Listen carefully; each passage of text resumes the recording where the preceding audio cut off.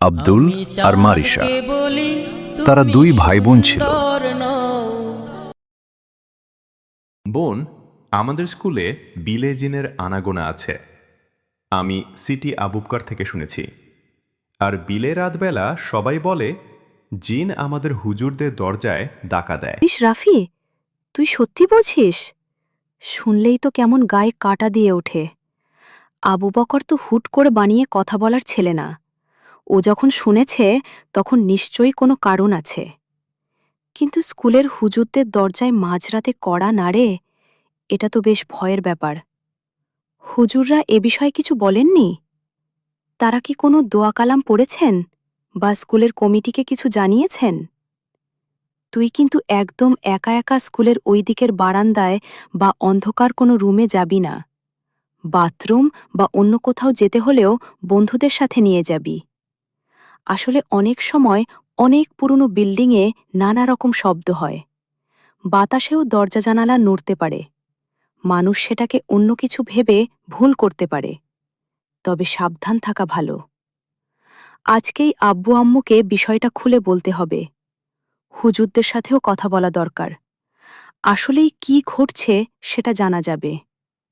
তুই একদম ভয় পাবি না, আর একা কোথাও ঘোরাঘুরি করিস না, কেমন? সাবধানে থাকিস। তখন মারিশা আর আব্দুলের মা এসে পড়ে। আমি চাঁদকে বলি তুমি শুন।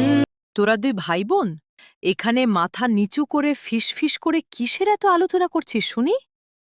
আমি দরজার বাইরে থেকেই তোদের কথা শুনতে পাচ্ছি। রাফি, তুই তোর বোনকে এসব কিসের ভয় দেখাচ্ছিস? জিনের আনাগোনা? হুজুরদের দরজায় মাঝরাতে কড়া নাড়ে? শোন রাফি, তোকে আমি কতবার বলেছি যে হাটে ঘাটে রাস্তায় বা বন্ধুদের মুখে কোনো কথা শুনলেই সেটা চোখ বন্ধ করে বিশ্বাস করতে নেই। আবু বকর তোকে বলল আর তুই সেটা সত্যি ভেবে বাড়ি চলে আসলি? আর তুইও তো কম না। ভাই, একটা বান প্রপার্টি কথা বলল আর তুই তাই শুনে ভয়ে চোখ বড় বড় করে ফেললি। একটু বুদ্ধি খাটিয়ে চিন্তা করো, তোদের স্কুল বিল্ডিংটা কত পুরনো। রাতে যখন চারদিক নিঝুম হয়ে যায় তখন জোরে বাতাস ছাড়লে পুরনো কাঠের দরজা জানালা এমনিতেই খটখট করে নড়ে। আবার এমনও তো হতে পারে স্কুলের আশেপাশে কোনো বিড়াল বা অন্য কোনো প্রাণী খাবারের খোঁজে ঘোরে, ওগুলোর ধাক্কাতেও শব্দ হতে পারে। আর হুজুররারা হলেন আলেম মানুষ। ওনারা রাতে জেগে তাহাজ্জুদ নামাজ পড়েন, এবাদত বন্দেগি করেন।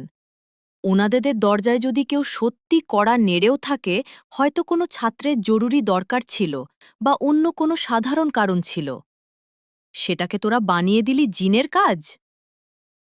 সব কিছুতে জিন ভূতের ভয় খোঁজা বন্ধ করো। আমরা মুসলমান, আমাদের তো এইসবে ভয় পাওয়ার কিছু নেই। জিন আল্লাহর একটা সৃষ্টি, তারা তাদের মতো থাকে। আমরা যদি নিয়ম মতো আল্লাহর নাম নিই, সকাল সন্ধ্যার দোয়াগুলো ঠিকঠাক পড়ি, আয়াতুল কুরসি পড়ে নিজেদের ফু দিয়ে রাখি, তাহলে কোনো অপশক্ত শক্তি আমাদের কিচ্ছু করতে পারবে না। মনের ভেতর এই সাহসটা রাখবি সবসময়। ঈমান শক্তপ রাখলে কোনো ভূতপ্রেতের ভয় মনে কাজ করে না।